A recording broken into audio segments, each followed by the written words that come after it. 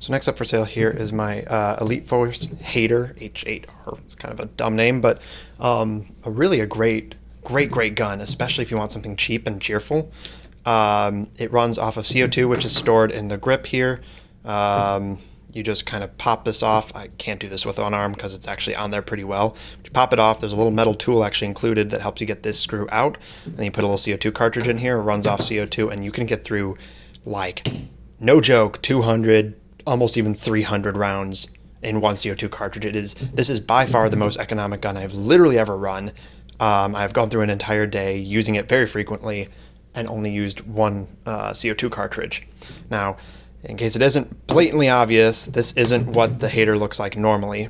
Normally it is all black because this is the Gen 1. The trigger is still metal and it's black as opposed to the Gen 2, which has a plastic gray trigger. However, it doesn't have the fiber optic sights.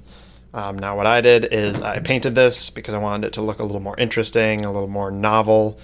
It is, I painted and clear coated it. Obviously, I played a couple games, so the paint is starting to chip just a little bit in some spots. But it's definitely a very unique gun if you want something kind of interesting, and I've gotten a lot of compliments for it. But it actually runs off of, it is a revolver, but it runs off of these little BB pucks. So unlike the other revolvers where you have to individually slot in your 6 or 7 little BB bullets, this one, you just pull this hammer back, you pop out your old disc, you pop in a new disc, and you're good to go. It honestly works pretty similar to like your standard pistols. So this is actually a very, very serviceable little sidearm. It does not have a hop up, so it is definitely a close range kind of airsoft gun. But honestly, most pistols are, so that's really not a big deal. Works great indoors. I believe it shoots 340 or 330, so you can use it indoors.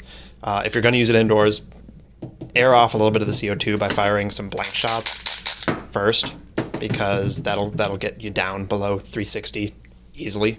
First few shots are like 360, 355, 350, but then you're good. It is, as you can see right there, it's single action or double action, so you can just pull the trigger and it'll go away. Or if you want to preload, you can cock the trigger back, and then literally you don't have to move it much at all, and it goes. But yeah, there's not much else I can really say about this. It has rails on top and bottom if you want to get crazy. I've mounted some dumb scopes on it for, the shits and giggles and whatnot, but really just fantastic. Entry-level gun, sidearm, reliable. This is always my backup sidearm in case my high cap had decided to act up, which thankfully it didn't, but occasionally I would bring it out anyway because it's just so dang fun to run around with a revolver like you're a cowboy, bang bang. But if you have any questions about this or any other guns, please let me know.